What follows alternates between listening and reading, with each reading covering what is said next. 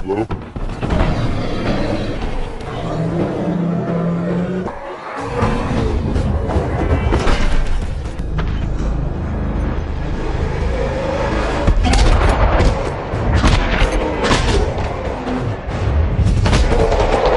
Movie के start में हम एक लड़की जेन फोस्टर को देखते हैं। उसके साथ उसके प्रोफेसर और उसकी असिस्टेंट भी होती है। वो लोग खुले आसमान के नीचे कोई रिसर्च कर रहे होते हैं। तभी उन्हें आसमान से कोई लाइट निकलती हुई दिखाई देती है और तभी वहाँ पर एक बहुत बड़ा टोर्नेडो आता है और उसमें से एक आदमी बाहर आकर गिरता है जिसने कपड़े तक नहीं पहने होते और प्रोफेसर उनको कुछ कपड़े पहनाता है। अब यहाँ से स्टोरी आती है पास्ट में और हमें मिड कार्ड का सीन दिखाया जाता है। ऐसा किंगडम और ऐसी दुनिया जो कि जमीन से ऊपर है उसे एस कार्ड कहते हैं और मिड कार्ड उससे नीचे वाली दुनिया यानी जमीन को कहते हैं। वहाँ पर कुछ फ्रोस्ट जायंट का अटैक होता है क्योंकि वो मिड कार्ड पर कब्जा करना चाहते थे, लेकिन तभी वहाँ पर एस कार्ड से किंग आता है जिसका नाम किंग ऑडिन होता है और उन सब जायंट से लड़कर उन्हें हरा देता है। इन जायंट्स के लीडर का नाम लोफी होता है और किंग ऑडिन लोफी को पूरी तरह से हरा देता है और उसके पास एक खतरनाक वेपन भी होता है जिसे किंग ऑडिन अपने पास रख लेता है। फिर ये वेपन किसी भी लीडर की ताकत हुआ करता है और हर किंगडम के पास उसका अलग वेपन होता है।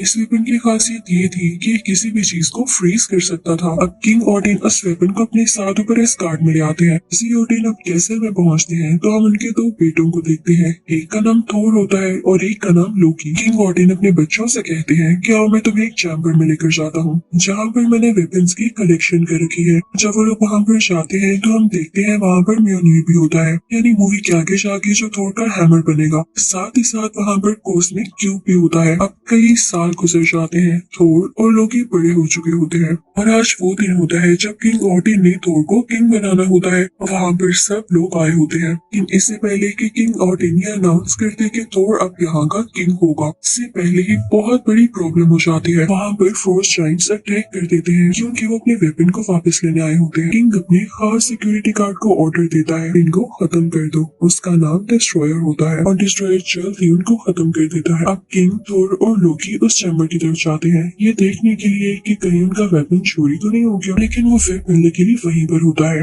अब थोर अपने फादर से कहता है कि हमें उनसे बदला लेना होगा, तो उसके फादर उसे मना करते हैं कि वेपन को तो कुछ भी नहीं हुआ तो तुम्हारा वहाँ पे जाना फजूल है। तो थोर कहता है मैं वहाँ पर जाऊंगा ताकि वो लोग यहाँ पर वापस दोबारा ना सके। फिर थोर अपने साथियों के पास जाता है और उनसे कहता है कि मेरे साथ आओ, हम लोफी के किंगडम पर अटैक करेंगे। अब उसके साथी मान जाते हैं और वो सब उस तरफ निकल पड़ते हैं। उस रास्ते पर पहुंचते ही वो देखते हैं कि वहाँ पर एक सिक्योरिटी गार्ड है जो कि किंग ऑडिन का खास आदमी होता है। वो बाइफ्रॉस्ट ब्रिज को गार्ड किया करता था। ये वही रास्ता होता है जहाँ से इन लोगों ने लोफी के किंगडम तक पहुँचना था। अब इस सिक्योरिटी गार्ड के पास एक स्वर्ड होती है जिससे ये रास्ता खुलना था और इसी स्वर्ड का यूज होते हुए उनके लिए उस किंगडम में जाना पॉसिबल हो जाता है। जब थोर वहाँ पर जाता है तो देखता है कि अंदर कोई भी नहीं है, तो वो ऊंची से चिल्लाता है, कहाँ हो तुम सब? क्या मेरे आने से डर चुके हो? बाहर आओ और मेरा सामना करो। तभी उनके सामने लोफी आता है और वो कहता है कोई नहीं डरा, बल्कि अब तुम लोग डरने वाले हो, तुम लोगों ने यहाँ आके गलती की है। तभी थोर का भाई लोकी सामने आता है और लोफी से कहता है कि हमें माफ कर दे, हम यहाँ से चले जाते हैं। तो लोफी कहता है अब नहीं। इसी के साथ फ्रोस्ट जायंट्स उन पर अटैक करने लगते हैं, लेकिन थोर अपनी थंडर पावर का यूज करते हुए उन सबको मारने लगता है और यहाँ पे काफी बड़ी फाइट छिड़ जाती है। तभी एक फ्रोस्ट जायंट लोकी का हाथ पकड़ लेता है तो उसका हाथ भी उन जैसा हो जाता है जैसे लोकी उन्हीं में से हो। अब लोग जीतने ही वाले होते हैं कि तभी लोफी के किंगडम से एक बहुत बड़ा जायंट मॉन्स्टर निकलता है जो कि इन पर अटैक करने वाला होता है, लेकिन थोर उसके मुंह के अंदर जाके उसकी बॉडी को चीरता हुआ बाहर आता है जिससे वो मॉन्स्टर मारा जाता है।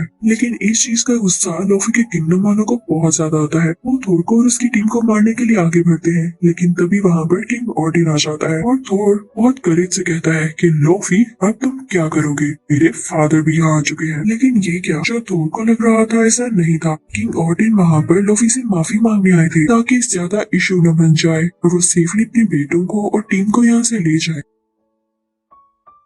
वो लोफी से कहते हैं कि हमसे गलती हो गई, हमें यहाँ से जाने दो, लेकिन लोफी कहता है गलती की सजा मौत है और अगर एक बार तुम लोग यहाँ पर अटैक की नियत से आ गए तो वापस नहीं जा सकोगे। लेकिन जब किंग ऑडिन ये देखता है कि इससे काम नहीं चल रहा तो वो अपना मैजिक यूज करते हैं और अपनी टीम को वापस एस्कार्ड ले आते हैं। लेकिन एस्कार्ड वापस आते ही थोर का बिहेवियर काफी बुरा हो जाता है और वो अपने फादर किंग ऑडिन से कहता है आप अगर मदद नहीं कर सकते थे तो वहाँ पर क्यों आए? मैं अच्छा खासा उनको हराने वाला था, आपने उनसे माफी क्यों मांगी, वो इस काबिल नहीं है। तो किंग ऑर्डिन थोर से कहते हैं कि तुम बदतमीजी से बात कर रहे हो। तो थोर कहता है और क्या करूं, आप मुझे लड़ने देते। किंग ऑर्डिन कहते हैं अब मैं तुम्हें बताऊंगा कि तुम क्या करोगे। वो उसे उसका ड्रेस और पावर छीन लेते हैं, इवन उसका हैमर भी। और अब थोर को फेंक दिया जाता है मिड कार्ड यानी जमीन की तरफ, इस कार्ड से बहुत नीचे। और साथ ही साथ उसके हैमर को भी जमीन में फेंक दिया जाता है जो कि किसी और तरफ गिरता है। अब किंग ऑर्डिन कहते हैं कि हैमर मैंने जहाँ पर फेंका ये वहीं पर गिरा रहेगा और इसको वही उठा सकेगा जो इसको डिजर्व करता होगा, इसे उठाने के काबिल होगा। और थोर तुम तब तक इसको हासिल नहीं कर सकोगे जब तक इसके लिए डिजर्विंग न बन जाओ। नेक्स्ट सीन में हम देखते हैं कि थोर एक हॉस्पिटल में है। जब उसकी आंख खुलती है तो देखता है कि उसके आसपास डॉक्टर्स, जेन फॉस्टर, प्रोफेसर और वही असिस्टेंट है। तो वो काफी हड़बड़ा जाता है और कहता है मैं कहाँ पर हूँ। उन सबको पीछे करता हुआ और मारता हुआ हॉस्पिटल से बाहर आ जाता है। नेक्स्ट सीन हमें दिखाया जाता है उसी म्योनिर का जो कि थोर का हैमर होता है। वो किसी सिटी में गिरा था और जहाँ पर वो गिरा था वो जगह कुछ तबाही हो गई थी। उसके इर्द गिर्द बाउंड्रीज बना ली थी शील्ड ने। अब उसका एक एजेंट वहाँ पर आता है। वो इस हैमर को लेके काफी इंटरेस्टेड लग रहा था और वो इस पे रिसर्च भी करना चाहता था। अब उसे बताया जाता है कि एक लड़की है जेन फॉस्टर जो कि रिसर्च करती है और क्या पता उसे इस हैमर के बारे में भी पता हो। तो वो एजेंट सीधा जेन फॉस्टर के घर जाता है। जेन फॉस्टर के मना करने के बावजूद भी वो उसकी बुक को वहाँ से ले आता है जिसके अंदर उसने सारी रिसर्च लिख रखी थी। अब उधर थोर को भी पता चल चुका होता है कि उसका हैमर कहाँ पर है क्योंकि ये हैमर की गिरने वाली बात हर तरफ फैल चुकी थी। थोर हॉस्पिटल से बाहर आते ही लोगों से पूछने लगता है कि मुझे घोड़ा कहाँ से मिलेगा। तो लोग हंसने लगते हैं कि घोड़ा इस जमाने में यहाँ कोई घोड़ा नहीं है। तभी आती है वहाँ पर जेन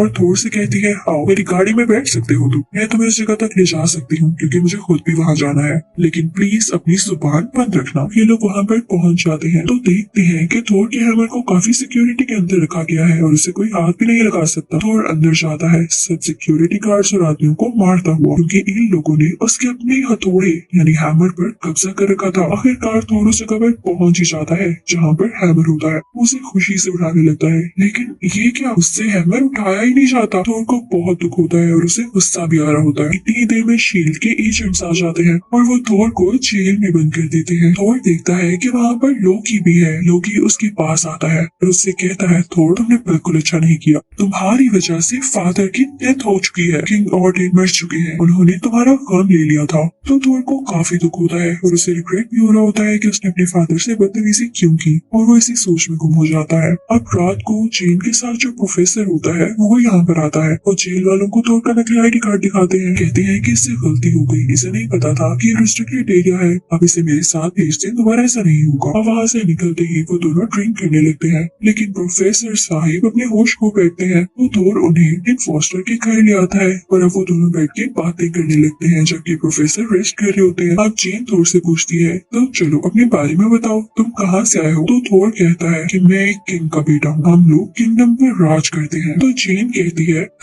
तुम भी कमाल करते हो, कैसी बातें कर रहे हो। तो थोर कहता है लाओ मैं तुम्हें ड्रॉ करके दिखाता हूँ और थोर पूरी एक डायग्राम बनाता है जिसमें वो 9 किंगडम्स होते हैं। तो जेन को बताता है कि जिस अर्थ पर तुम रह रही हो इसे मिडगार्ड कहते हैं, जहाँ मैं रहता हूँ उसे एस्गार्ड कहते हैं। अब यहाँ से सीन शिफ्ट होता है एस्गार्ड की तरफ और हमें दिखाया जाता है कि लोकी ने झूठ बोला था कि किंग ऑर्डिन की डेथ हो चुकी है। वो तो अभी जिंदा होते हैं लेकिन अभी भी होशी की हालत में होते हैं और लोकी उनके पास ही बैठा होता है।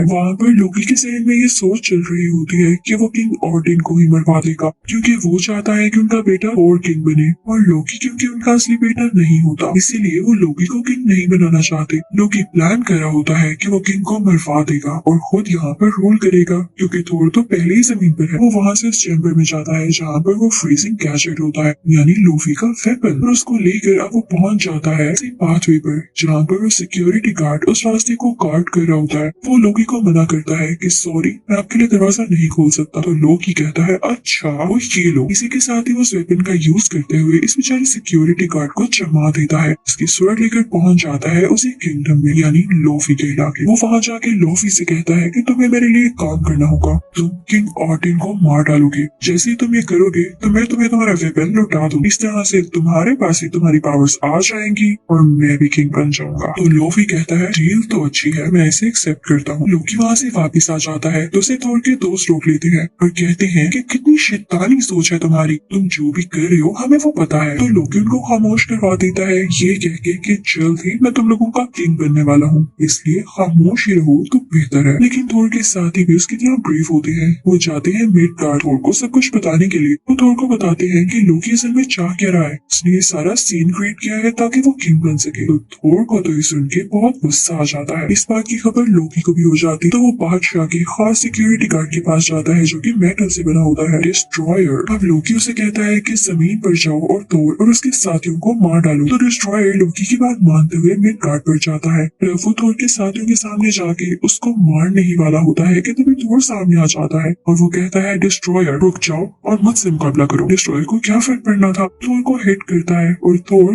दूर जाके गिरता है क्योंकि ना उसके पास उसका ड्रेस था ना ही उसका हैमर, तो उसके पास पावर्स कहाँ से आएंगी। वो काफी जख्मी हो जाता है। लेकिन यहाँ भी होता है एक मिरेकल। याद है किंग ऑडिन ने क्या कहा था कि जब तक थोर इस काबिल नहीं हो जाता कि वो हैमर को डिजर्व कर सके तब तक हैमर उसके पास नहीं आ सकता। तो सुने थोर ने ऐसा काम कर दिया था कि वो हैमर को डिजर्व करता था। उसने अपने दोस्तों के लिए कुर्बानी दी थी और खुद चोट खाई थी। अब उसके पास उसका ड्रेस और उसका हैमर वापिस आ चुका था और अब बहुत पावरफुल फील कर रहा था। तो वहाँ पर डिस्ट्रॉयर को अपने हैमर से डिस्ट्रॉय कर देता है। थोर अपनी टीम को लेता हुआ वापस ऊपर जाता। अब वहाँ का सिक्योरिटी गार्ड जिसे लोकी ने जमा दिया होता है वो अपनी पावर का यूज करते हुए बर्फ को तोड़कर बाहर आ जाता है और वो पाथवे थोर के लिए खोल देता है। लेकिन एस्कार्ड खुलने की वजह से लोफी के किंगडम के लोग भी उधर आने लगते हैं। अब लोफी वहाँ पर आकर किंग ऑडिन पर अटैक करने वाला होता है जैसा उसे करने के लिए लोकी ने कहा था। लेकिन लोकी यहाँ पर चाल चलता है और वो खुद ही लोफी को मार डालता है अपने फादर की आंखों के सामने, ताकि वो अपने फादर यानी किंग ऑडिन को इम्प्रेस कर सके कि इसने अपने फादर की जान बचाई है। यहाँ से लोकी सीधा बढ़ता है बाइफ्रॉस्ट ब्रिज की तरफ और उसे एक्टिवेट करके उसमें से कोई खतरनाक बीम निकालने वाला होता है ताकि ये सारी जगह तबाह हो जाए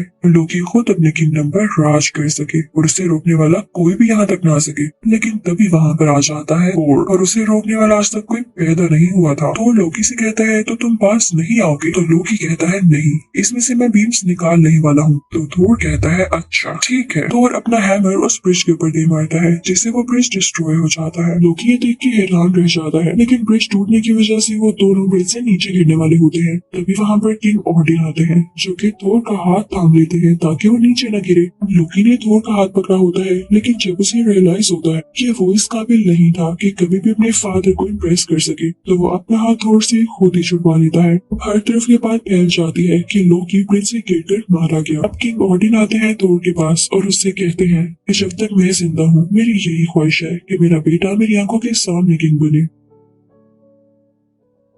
तो थोर अपने फादर से कहता है नहीं, मुझे अभी बड़े बड़े काम करने हैं और आप जैसा बनना है। जब मैं वाकई इस काबिल हो गया तब आप मुझे किंग बना दीजिएगा। अब इस पार्ट के एंड में हम देखते हैं कि लोकी मरा नहीं होता बल्कि वो पार्ट 2 में जिंदा होकर जरूर आएगा। इसी के साथ ये पार्ट 1 यहीं पर खत्म होता है और अब मैं आपको एक्सप्लेन करने वाली हूँ पार्ट 2। तो पार्ट 2 के शुरू होते ही फर्स्ट के सीन को दिखाते हुए जहाँ पर हमें किंग ऑडिन के फादर दिखाए जाते हैं। वो उनका दौर चल रहा था और उस वक्त उनका दुश्मन था मेलिकन। उसके पास भी वेपन हुआ करता था जो उसकी ताकत था। मेलिकन चाहता था कि वो पूरे 9 किंगडम्स पर अटैक करके उन पर कब्जा कर ले, लेकिन किंग ऑडिन के फादर ऐसा होने नहीं दे सकते थे। तो वो मेलिकन और उसके साथियों को हरा के वहाँ से दूर भेज देते हैं और वो मेलिकन से उसका वेपन लेके जमीन की गहराइयों में दफना देते हैं। अब जब मेलिकन को रियलाइज होता है कि उसे उसका वेपन ले लिया गया है और उसके मुकाबले में कोई आम इंसान नहीं खड़ा बल्कि द ग्रेट किंग है, तो अपने खास साथी को बुलाता है और कहता है कि अभी हमारे लिए गहरी नींद लेना बेहतर है और जब हालात बेहतर हो जाएंगे तो हम खुद ही लौट आएंगे और अपना वेपन भी वापस हासिल कर लेंगे।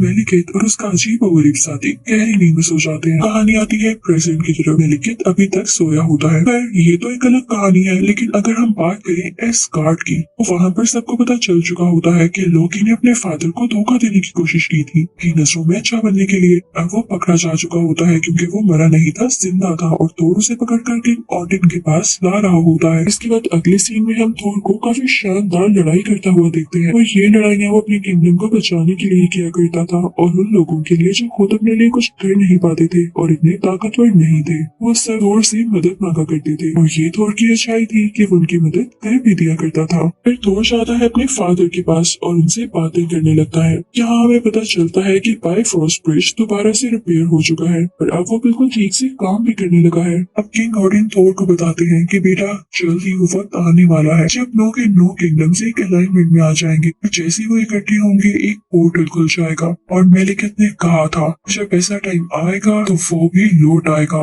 तो तुम्हें होशियार रहना होगा। उधर जमीन पर हम जेन फॉस्टर और उसके असिस्टेंट को देखते हैं जो कि इसी टॉपिक पर बात कर रहे होते हैं कि क्या ऐसे पोर्टल्स वाकई होते हैं। तो उनको पता चलता है कि यहाँ पर एक अबेंडन बिल्डिंग है। ये सस्पेंस होने लगता है कि यहाँ पे कोई क्यों नहीं जाता। चलो हम चलते हैं, लेकिन वहाँ पर जाना इनकी गलती होती है क्योंकि वहाँ पर कुछ ऐसे पोर्टल्स थे कि उसमें कोई भी ऑब्जेक्ट डाला जाए चाहे वो इंसान हो वो गायब हो जाता था, दुनिया के किसी दूसरे कोने में गिर जाता था। और जब जेन ऐसी पोर्टल को देख रही होती है तो वो भी पोर्टल के अंदर गिर जाती है और पता है वो कहाँ पहुँचती है, जमीन की उसी गहराई में जहाँ पर किंग ऑर्डन के फादर ने मेलिकत का वेपन छुपा रखा था। जैसे ही वो उस जगह पर हिट करती है उस वेपन की सारी ताकतें जेन फोस्टर के अंदर आ जाती है और इस बात का पता उसी सिक्योरिटी गार्ड को भी चल जाता है जो कि बाइफ्रॉस्ट ब्रिज की हिफाजत किया करता था। वो थोर को जाकर बताता है कि आपने मुझे कहा था कि मैं जेन फोस्टर पर नजर रखूं, लेकिन वो मुझे दुनिया में कहीं भी नजर नहीं आ रही है, कहीं उसे कुछ हो तो नहीं गया। तो थोर उसे कहता है मुझे फौरन से जमीन यानी मिड गार्ड पर भेजो, मैं जाकर देखता हूँ। अब थोर आ चुका था मिड गार्ड पर, लेकिन जेन तब तक वहाँ पर पहुंच चुकी होती है यानी जमीन पर वापिस आ चुकी होती है। जब थोर को देखती है तो उसे स्लैप करती है, तुम इस होलिये में यहाँ पर आ गए हो, कोई तुम्हें देख लेगा तो क्या कहेगा। लेकिन काम उल्टा ही पड़ जाता है। पुलिस वहाँ पर आती है और जेन को ही पकड़ के कहती है लेडी आपने इसे स्लैप क्यों किया है। लेकिन पुलिस का जेन को हाथ लगाना पड़ता है महंगा क्योंकि जेन में से काफी इलेक्ट्रिकल वेव्स निकलती है, इससे पुलिस ऑफिसर दूर जाकर गिरता है। ये देख के थोर को पता चल चुका था कि उसकी दोस्त के अंदर ये एबिलिटीज आ चुकी है, मेलिकत के उसी वेपन की पावर्स। तो वो उसे अपने साथ एस्कॉर्ट ले आता है। किंग ऑर्डिन भी जब उसे देखते हैं तो उन्हें पता चल जाता है कि जेन के अंदर ये पावर्स हैं जो कि अच्छी नहीं है। वो बताते हैं कि मेलिकत अब जरूर लौटेगा, उसका वेपन अब जेन के साथ कनेक्टेड हो चुका है तो जेन की जान को भी खतरा है, इसका ख्याल रखना। और ऐसा ही होता है। मेलिकत अपनी नींद से जाग चुका होता है और अपने खास साथी से कहता है कि जाकर एस्कॉर्ट पर हमला कर दो ताकि वो वेपन को मेलिकत के पास वापस लेकर आ सके। उसके बाद मेलिकत अपने असली रूप के साथ यहाँ आ सके। अब मेलिकत को पता चलता है कि उसका वेपन जेन फॉस्टर के अंदर है तो वो खुद भी वहाँ पर आ जाता है और उसकी जान लेकर अपना वेपन हासिल करने ही वाला होता है कि तभी वहाँ पर थोर की मदर आ जाती है जो कि जेन की जान बचा लेती है। लेकिन इस चक्कर में उनकी अपनी जान चली जाती है। उन्होंने जेन के लिए कुर्बानी दे दी थी। तभी वहाँ पर एस्कॉर्ट आ जाते हैं जिनसे डर कर मेलिकत और उसका साथी भाग जाते हैं क्योंकि मेलिकत अब इतना पावरफुल नहीं हुआ था, उसके पास अपना वेपन जो नहीं था। जब थोर को पता चलता है कि मेलिकत ने उसकी मदर को मार डाला है तो गुस्से से आग बबूला हो जाता है, इतना गुस्सा कि वो मेलिकत से बदला लेकर ही रहेगा। वो सीधा लोकी के पास जाता है और उससे भी बताता है कि मेलिकत ने हमारी मदर को मार दिया है, तो मेरे साथ चलो, हम उससे बदला लेंगे। लोकी को भी बहुत गुस्सा आता है और वो एक साथ उधर जाने के लिए तैयार हो जाते हैं। और लोकी जब वहाँ पर पहुँचते हैं तो देखते हैं कि मेलिकत के सामने जेन भी है। वो उसे अपना वेपन निकालने की कोशिश कर रहा है जिससे जेन की जान भी जा सकती थी। तो ये चीज थोर को काफी डरा देती है, लेकिन मेलिकत जल्द ही जेन के अंदर से अपना वेपन निकाल लेता है। थोर को बहुत गुस्सा आता है और वो अपनी थंडर पावर्स का यूज करते हुए उस वेपन को तोड़ने की कोशिश करता है, लेकिन ऐसा नहीं कर पाता। मेलिकत के पास अब उसका वेपन आ चुका था और वो और भी ज्यादा स्ट्रॉन्ग हो चुका था। मेलिकत अपनी स्पेसशिप लेके वहाँ से चला जाता है और कहता है कि मैं उस दिन यहाँ पर जरूर आऊंगा जब सब किंगडम्स एक साथ इकट्ठे हो जाएंगे। तभी हम देखते हैं कि मेलिकत का वही खास साथी लोकी को काफी जख्मी कर देता है। यहाँ पर उसने थोर के लिए कुर्बानी दी होती है, सेक्रीफाइस किया होता है कि मेलिकत का ये साथी उसे मार डाले और थोर यहाँ से चला जाए। अब जेन थोर को अपने साथ ले जाती है उसी पोर्टल के पास जिससे वो वापस दुनिया में जा सकते थे। वहाँ पर वो प्रोफेसर और अपनी असिस्टेंट से मिलती है। वहाँ पर प्रोफेसर बताते हैं कि अगर हम बिल्कुल सेंटर में चले जाएं, मेलिकत का पूरे 9 किंगडम्स पर कब्जा करने से रोक सकते हैं। अब ये सब लोग निकल पड़ते हैं उसी जगह पर जहाँ पर मेलिकत बताने वाला था कि पास काफी अच्छे और एडवांस वेपन्स भी होते हैं। ये मेलिकेट का मुकाबला करने में कोई कसर बाकी न रहे। जल्दी वहाँ पर मेलिकेट भी आ जाता है और तभी वहाँ एक और पोर्टल खुल जाता है जिसमें से होते हुए थोर और मेलिकेट कहीं और आ जाते हैं। लेकिन थोर को तभी आइडिया आता है। वो मेलिकेट का अपना स्पेसशिप मंगवाता है और मेलिकेट पर दे पाता है जिससे उसकी डेथ हो जाती है। मेलिकेट अब नहीं रहा था जो बहुत बड़ा बन रहा था, वो अब कहाँ गया? ये लड़ाई अब खत्म हो चुकी थी। फिर थोर अपने फादर किंग ऑर्डिन के पास जाता है और उन्हें बताता है कि फादर मैंने मेलिकेट को मार डाला है। किंग ऑर्डिन कहते हैं थोर अब मैं तुम्हें किंग जरूर बनाऊंगा। थोर कहता है कि नहीं, मैं अभी भी आपकी तरह स्ट्रॉन्ग नहीं हुआ। तभी हम देखते हैं कि किंग ऑर्डिन की जगह लोकी होता है। इसी के साथ पार्ट 2 यहीं पर खत्म होता है। मैं आपको एक्सप्लेन करूंगी थोर का पार्ट 3 जिसका नाम है थोर रैग्नारोक। करते हैं मूवी का स्टार्ट। यहाँ पर हमें पता चलता है कि मेलिकेट के वेपन से एक स्टोन निकालकर कहीं भिजवा दिया गया था और उसको ढूंढ रहा होता है। ढूंढते ढूंढते वो हेल्प पहुंच जाता है, लेकिन तभी वो वहाँ मिलता है फायर स्कल से। फायर स्कल उसे पकड़कर उसे लटका देता है और उससे कहता है कि तुमने मुझे क्यों पकड़ रखा है? तो फायर स्कल कहता है तुम मेरे अंदर जलती हुई आग देख रहे हो, ये इटर्नल फायर नहीं है, लेकिन जल्दी वो दिन आएगा जब मेरे अंदर इटर्नल फायर आ जाएगी, मैं इमॉर्टल हो जाऊंगा। याद रहे मैं हर किंगडम पर कब्जा कर लूंगा। तुम क्या, तुम्हारा कोई किंगडम नहीं बचेगा। तो थोर उससे पूछता है तुम्हें गरूर किस बात का है? तो फायर स्कल कहता है ये मेरे सींग देख रहे हो कितने खूबसूरत है, यही तो मुझे ताकत देते हैं। तो थोर कहता है मैं अपनी ताकत दिखाऊं। इसी के साथ वो अपना हाथ खोलता है और उसके हाथ में उसका प्यारा हैमर आ जाता है। सच में वो हैमर थोर को बहुत प्यारा होता है। थोर अब फ्री हो जाता है और फायर स्कल के सामने जाता है। फायर स्कल अपने बाकी साथियों को भी बुलाता है जो कि फायर से ही बने होते हैं। थोर से लड़ाई करने लगते हैं और इनको बड़ी आसानी से हरा देता है। तभी वहाँ पर एक ड्रैगन आ जाता है जो कि थोर की जान लेना चाह रहा होता है, लेकिन तभी थोर को आइडिया आता है। कहता है कि मेरे अलावा मेरे हैमर को कोई नहीं उठा सकता। बस ड्रैगन के मुंह में अपना हैमर रख देता है ताकि उसके वजन से वो नीचे गिर जाए और ऐसा ही होता है, ड्रैगन नीचे गिर जाता है। फिर थोर बढ़ता है उसे फायर स्कल की तरफ, अपने हैमर का यूज करते हुए उसे भी खत्म कर डालता है और उसका स्कल भी खींच लेता है। तो उसके सींग यानी उसका स्कल उठा लेता है और ऊपर की तरफ आवाज देता है कि पोर्टल खोल दो, यानी बायफ्रॉस्ट ब्रिज का दरवाजा। उसके लिए दरवाजा खोल दिया जाता है, लेकिन थोड़ा कर देखता है कि वहाँ पर पुराना सिक्योरिटी गार्ड नहीं है बल्कि उसकी जगह कोई और है। वहाँ पर वो ड्रैगन भी जो कि थोर के पीछे पड़ा होता है, थोर के साथ इस गार्ड के अंदर आ जाता है। तभी वहाँ का दरवाजा बंद हो जाता है। ड्रैगन का मुंह अंदर होता है और बॉडी बाहर। उसके जिस्म के 2 टुकड़े हो जाते हैं। तो नया सिक्योरिटी गार्ड थोर को बताता है कि उसे लोकी ने रखा है और पुराने सिक्योरिटी गार्ड को भी लोकी नहीं हटाया है। तो थोर कहता है ये क्या बात हुई। अब थोर अपने हैमर के साथ उड़ता हुआ किसी दूसरी जगह पर आ जाता है जहाँ पर किसी टाइप का प्ले हो रहा होता है। वहाँ पर किंग ऑर्डिन बैठे होते हैं और जो उनके सामने कैरेक्टर्स प्ले कर रहे होते हैं वो असली लोकी या थोर नहीं होते। वहाँ पर सब लोग ये तमाशा देख रहे होते हैं। वहाँ लोगों को ये शो करवाया जा रहा था कि थोर नहीं बल्कि लोकी ज्यादा अच्छा है, बहुत ब्रेव और सुपर है। और कोई देख के काफी गुस्सा आता है और जब वो देखता है कि ये किंग ऑर्डिन नहीं है उसे पता चल जाता है कि ये लोकी है, इसने किंग ऑर्डिन की शक्ल ले रखी है। तो किंग ऑर्डिन के पास जाता है जो कि असल में लोकी होता है और उससे कहता है कि फौरन से अपने असली रूप में आ जाओ, मैं जानता हूँ कि तुम लोकी हो। लेकिन लोकी नहीं मानता। तो थोर कहता है अच्छा तो तुम ऐसे नहीं मानोगे। हैमर दूर फेंकता है तो वो वापस उसके हाथ में आ जाता है और अपना हैमर दोबारा फेंकता है और कहता है कि लोकी फिर तुम अपने असली रूप में वापस न आए तो ये हैमर इस बार तुम्हारे मुंह पर आकर लगेगा। लोकी डरता हुआ अपने असली रूप में आ जाता है। सब लोग देख के काफी हैरान रह जाते हैं। तभी तो लोकी की तरफ आगे बढ़ता है और कहता है कि मुझे बताओ मेरे फादर कहाँ है, तुम उनका रूप लेके क्यों फिर रहे हो, कहीं तुमने तो उन्हें कहीं छुपा कर नहीं रखा। तो लोकी कहता है थोर मुझे नहीं पता वो कहाँ है, लेकिन हम मिलकर उन्हें ढूंढ सकते हैं। अब नेक्स्ट सीन में हम देखते हैं कि वो दोनों किसी सिटी में आ जाते हैं। एक प्रेजेंट फ्रंट होती है, वहीं जमीन पर एक पोर्टल खुलता है तो लोकी उसके अंदर चला जाता है और थोर को वहाँ जमीन पर पड़ी हुई एक चिट मिलती है जिस पर कोई एड्रेस लिखा होता है और उसी को फॉलो करने लगता है। तो जब वहाँ पर पहुँचता है तो देखता है कि वहाँ पर तो डॉक्टर स्ट्रेंज है। थोर उनसे अपने फादर के बारे में पूछता है तो डॉक्टर स्ट्रेंज कहते हैं कि हाँ मैं जानता हूँ वो कहाँ पर है। तभी वहाँ पर डॉक्टर स्ट्रेंज एक पोर्टल ओपन कर देते हैं जिसमें से लोकी गिरता है। तब वो इन दोनों को यानी थोर और लोकी को एक जगह पर भेज देते हैं जहाँ पर वाकई में किंग ऑर्डिन होते हैं। जब किंग ऑर्डिन अपने बेटों को देखते हैं तो कहते हैं कि बस मैं अब मरने वाला हूँ, मेरे पास ज्यादा वक्त नहीं रहा। तो थोर अपने फादर से कहता है आप ऐसी बातें क्यों कर रहे हैं, क्या आपको पता है मैंने फायर स्कल को भी मार दिया है जो कि बातें कर रहा था कि वो रैग्नारोक बनेगा। तो किंग ऑर्डिन कहते हैं कि थोर तुमने उसे मार दिया, लेकिन क्या उसने तुम्हें ये नहीं बताया कि जब उसे इटर्नल फायर मिलेगी तो वो जिंदा होकर वापस आएगा और इसके लिए हमें होशियार रहना होगा। किंग ऑर्डन ये भी कहते हैं, मैं तुम्हें एक और लड़की के बारे में बताता हूँ जो कि शैतानी ताकतें रखती है और उसका नाम है हेला। वो हेल से है। मैंने उसे कैद किया हुआ था, लेकिन अब मेरे मरने का वक्त आ चुका है और वो मेरी कैद से आजाद हो जाएगी। उन लोगों को उससे भी बचना होगा। इसी के साथ किंग ऑर्डन गोल्डन डस्ट में बदल जाते हैं, वहाँ से दूर कहीं चले जाते हैं। यानी अब किंग ऑर्डन भी नहीं रहे थे और इन दोनों को ही हेला से अकेले लड़ना था। और तभी वहाँ पर हेला आ जाती है जिसने ब्लैक ड्रेसिंग कर रखी होती है। बाकी उसका नाम उसकी पर्सनैलिटी के साथ काफी सूट कर रहा था। वो थोर और लोकी से कहती है, मेरे आगे झुक जाओ। तो लोकी कहता है, हर किस नहीं। और थोर अपना हथौड़ा यानी हैमर उस चुड़ैल की तरफ फेंकता है, लेकिन हेला उसे फौरन से टुकड़े टुकड़े कर देती है।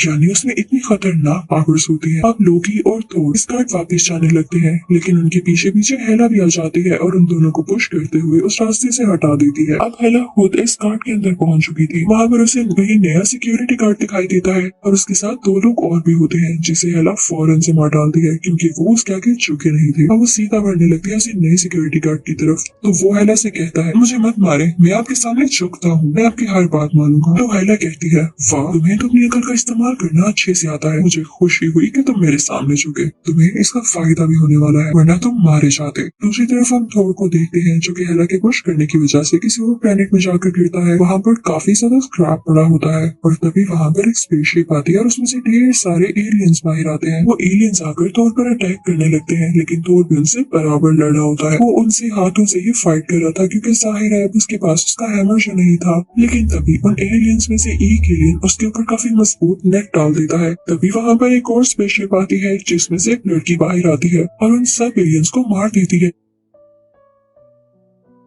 वो थोर को अपने साथ ले जाती है। अब वो लड़की थोर को इसी प्लान के ग्रैंड मास्टर के पास लेकर आती है जो कि यहाँ रूल किया करता। तो वो थोर को एक कुर्सी के साथ बांध देते हैं। जो लड़की थोर को ग्रैंड मास्टर के पास लेकर आई होती है उसका नाम गाई होता है। उसे ऐसा करने के पैसे मिलते हैं। वहाँ पे ग्रैंड मास्टर थोर को बताता है कि मैंने यहाँ पर तुम्हें इसलिए बुलाया क्योंकि मैं रेसलिंग कॉम्पिटिशन करवाता हूँ और मुझे तुम्हें देखने से लग रहा है कि तुम काफी स्ट्रॉन्ग हो, काफी ताकत है तुम में, तो तुम्हें मेरे लिए लड़ना होगा। तो थोर कहता है, नो, मुझे कोई इंटरेस्ट नहीं, मुझे बस अपने किंगडम वापस जाना है, मुझे छोड़ दो तुम। तो ग्रैंड मास्टर कहता है, तुम्हें छोड़ दूं? तभी थोर की नजर पड़ती है लोकी पर जो वहाँ पर ही होता है। तो थोर ग्रैंड मास्टर से कहता है कि ये देखिए, मेरा भाई भी यहाँ पर है, आप इसे क्यों नहीं उस कॉन्टेस्ट में रखे थे, ये भी काफी स्ट्रॉन्ग बनता है। तो लोकी कहता है, नहीं नहीं, मैं इसका भाई नहीं हूँ, ये झूठ बोल रहा है। तो ग्रैंड मास्टर कहता है, जो भी है मुझे इससे कोई कंसर्न नहीं, और मुझे तुमसे मतलब है क्योंकि मैं जानता हूँ तुम गॉड ऑफ थंडर हो। और फिर भी मना कर रहा होता है। तो ग्रैंड मास्टर कहता है, अच्छा चलो सुनो, अगर तुम मेरे लिए कॉन्टेस्ट लड़ते हो और इसमें जीत जाते हो तो मैं तुम्हें एक बिल्कुल नई स्पेसशिप दूंगा जिसमें तुम एस्गार्ड वापस जा सकोगे। तो थोर कहता है, ओके ठीक है। थोर को एक कमरे में भेज दिया जाता है जहाँ पर एक रॉक मैन होता है। रॉक मैन थोर को बताता है कि जिससे तुम्हारी लड़ाई होने वाली है वो बहुत स्ट्रॉन्ग है, उससे आज तक कोई भी नहीं हरा पाया, इसलिए अपने वेपन जरा आराम से चूज करना जो उसको हरा भी सके। तो थोर कहता है, यार मैं तुम्हें क्या बताऊं, मेरे पास अपना एक पर्सनल हैमर था जिससे मुझे बहुत ताकत मिलती थी, अगर वो आज मेरे पास होता ना तो मैं उसको चुटकियों में हरा देता। वो दिन आ जाता है जब थोर का रेसलिंग कंपटीशन होता है। थोर के बाल भी काटे जाते हैं और उसे एक नया ड्रेस पहनाया जाता है। दूसरी तरफ हम हेला को देखते हैं जो कि पूरे इस कार्ड में तमाशा क्रिएट कर रही होती है। वो सब लोगों से फोर्सफुली कह रही होती है, मेरे आगे झुक जाओ, लेकिन कोई भी उसके आगे नहीं झुक रहा होता। तभी उन लोगों में से थोर का फ्रेंड बाहर आता है और कहता है, तुम खुद को समझती क्या हो, तुम हम पर रोल नहीं कर सकती हो। हम पर थोर के दोस्त की टीम और हेला में लड़ाई होने लगती है जिसमें हेला जीत जाती है और वो वही के पास सिक्योरिटी गार्ड को अपने साथ लेकर आती है जो उसके आगे झुक गया था। वो वहाँ पर उसे एक पिक्चर दिखाती है और कहती है, ये 9 किंगडम्स हुआ करते थे, ऑर्डिन और मैं यहाँ एक साथ अटैक करने आए, लेकिन ऑर्डिन ने मुझे कैद कर लिया और खुद यहाँ पर कब्जा करके किंग बन गया। वो लोग वहाँ से पहुँचते हैं उस चैम्बर में जहाँ पर तरह तरह के वेपन्स और यूनिक चीजें होती है। वहाँ हम कॉस्मिक क्यूब भी देखते हैं और साथ ही साथ इटर्नल फायर भी, जिसे देख के हेला बहुत खुश होती है और उसमें से थोड़ी सी फायर लेके मैं इनको तोड़ते हुए उसके अंदर चली जाती है। वो उस जगह पर गई होती है जहाँ पर उसके साथियों को मार दिया गया था। वो आग को चारों तरफ फैला देती है और वहाँ पर सब मरे हुए लोग जिंदा होने लगते हैं। साथ ही साथ उसका एनिमल पेट भी, जो कि एक ब्लैक वुल्फ होता है, वो काफी जायंट और खतरनाक दिख रहा होता है। अब हेला उसे धोखेबाज सिक्योरिटी गार्ड को अपना साथी बना लेती है और सीधा बायफॉस्ट ब्रिज की तरफ जाती है। उन्हें पता चलता है कि यहाँ पे कोई स्वॉर्ड तो है ही नहीं जिससे ये दरवाजा खुलता है, और उसे पता है कौन ले गया था जिसकी ये तलवार थी। जी हाँ, वही पुराना सिक्योरिटी गार्ड। वो अपने साथ बाकी बचे हुए गार्डियंस को भी ले गया था क्योंकि वो जानता था कि इन लोगों को हेला से खतरा होने वाला है। फिर हम वो सीन देखते हैं जब थोर की लड़ाई शुरू होने वाली होती है, लेकिन उससे पहले वो वल्कैरी से मिलता है। उसके हाथ पर देखता है कि कोई निशान है, और ऐसा निशान तो एस गार्डियन के फाइटर्स के हाथ पर होता है, और उससे कहता है कि तुम तो अपनी बंदी हो, तुम मुझे इस तरह से यहाँ पर क्यों लाई। उसे समझ आ जाता है कि वल्कैरी ने ये सब पैसों की खातिर किया। उसकी बातों को इग्नोर करते हुए वहाँ से चली जाती है और उसको बचाने के लिए कोई बात नहीं करती। अब लड़ाई शुरू हो जाती है। थोर देखता है कि उसके ऑपोजिट कोई और नहीं बल्कि हल्क है, तो वो खुशी से चिल्लाता है, वाह हल्क तुम। क्योंकि थोर और हल्क की काफी अच्छी अंडरस्टैंडिंग और दोस्ती होती है, लेकिन यहाँ पर हल्क उसे पहचानता ही नहीं। वक्त के साथ सब बदल जाता है। उन दोनों में बहुत ज्यादा फाइट होने लगती है। हल्क काफी जायंट होने की वजह से थोर को बहुत ज्यादा पंचेस मारा होता है, क्योंकि थोर के पास न उसका हैमर होता है न उसकी पावर्स, तो वो काफी हारने लगता है। ये काफी चोटें भी लगने लगती है। अभी वो बेहोश होने वाला होता है, तो उसे उसके फादर यानी किंग ऑडिन का विजन आता है और उसकी पावर्स वापस आने लगती हैं। थोर भी अब उठ के हल्क को मारने लगता है, लेकिन ग्रैंड मास्टर ये देख के खुश नहीं होता। वो थोर को एक इलेक्ट्रिकल शॉक देता है क्योंकि वो नहीं चाहता था वो हल्क को हरा दे, क्योंकि हल्क सालों से जीतता आ रहा था। अब हम देखते हैं कि थोर बेहोश होने के बाद जब उठता है तो देखता है कि वो हल्क के कमरे में ही है। वो हल्क से कहता है कि तुम यहाँ कैसे आए। हल्क उसे बताता है जेट प्लेन के थ्रू। थोर भी वहाँ से बाहर निकलने की कोशिश करता है, लेकिन इलेक्ट्रिकल फील्ड्स लगे होने की वजह से वो नहीं निकल पाता। तभी थोर दोबारा आंखें बंद करता है तो उसे विजन में वही पुराना सिक्योरिटी गार्ड आता है, जो उसे अपने साथ ले जाता है और दिखाता है कि देखो इस गार्ड की हालत कितनी खराब है। हेला ने हर तरफ तबाही मचा दी है, हमें तुम्हारी जरूरत है, तुम्हें वापस लौटना होगा। अब जब थोर अपनी आंखें खोलता है तो देखता है वो हल्क के रूम में ही है। वो वहाँ से बाहर जाने की दोबारा से कोशिश करने लगता है और वल्कैरी से भी कहता है, लेकिन वो उसे कुछ नहीं बताती। तो थोर खुद ही विंडो से जंप करता हुआ नीचे आ जाता है और जेट प्लेन की तरफ भागने की कोशिश करता है।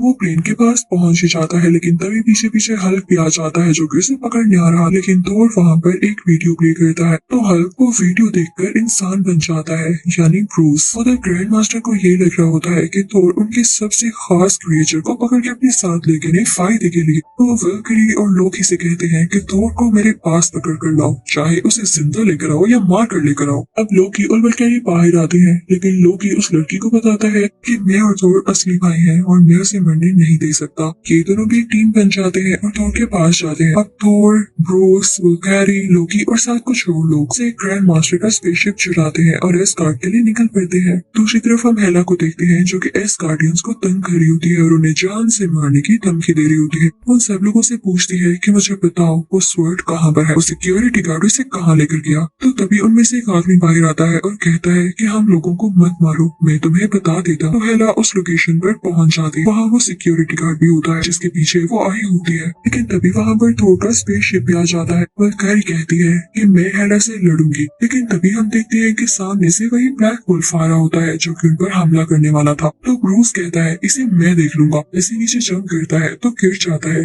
क्योंकि वो हल्क नहीं बना होता और वुल्फ उसे क्रॉस करता हुआ आगे बढ़ने लगता है, लेकिन जल्दी पीछे से ब्रूस हल्क में बदल जाता है और उस ब्लैक वुल्फ से लड़ने लगता है। दूसरी तरफ लोकी भी एक स्पेसशिप ले आया होता है और वो सारे एस्कार्डियन से कहता है कि आप सब इसके अंदर चले जाएं ताकि आप सेफ रहें। तभी हम उस धोखेबाज सिक्योरिटी गार्ड को देखते हैं जो कि हेला के साथ मिल गया था, लेकिन अब वो हेला के खिलाफ हो जाता है जब देखता है कि एस्कार्डियंस कितने इनोसेंट है और थोर कितनी मेहनत कर रहा है। वो हेला से ही लड़ने लगता है, लेकिन हम देखते हैं कि हेला थोर का गला दबा देती है और उससे काफी लड़ाई करती है। थोर यहाँ कमजोर पड़ रहा होता है क्योंकि उसके पास उसका हैमर नहीं होता और हेला काफी स्ट्रॉन्ग होती है। लेकिन तभी उसे एक विजन आता है जिसमें उसे अपने फादर दिखाई देते हैं और तभी उसमें थंडर की पावर्स आ जाती हैं और वो काफी ज्यादा ताकतवर हो जाता है। बाहर आकर उस ब्रिज पे जोरदार पंच मारता है कि डिस्ट्रॉय हो जाए, कि सब कुछ यहीं खत्म हो जाए। लेकिन तभी उसे याद आता है कि उसके फादर ने कहा था फायर स्कल लौट कर आएगा। तो वो लोकी से कहता है जब तक फायर स्कल यहाँ नहीं आएगा ये सब खत्म नहीं हो सकेगा, तो फौरन से उसे इटर्नल फायर देकर यहाँ पर लाओ।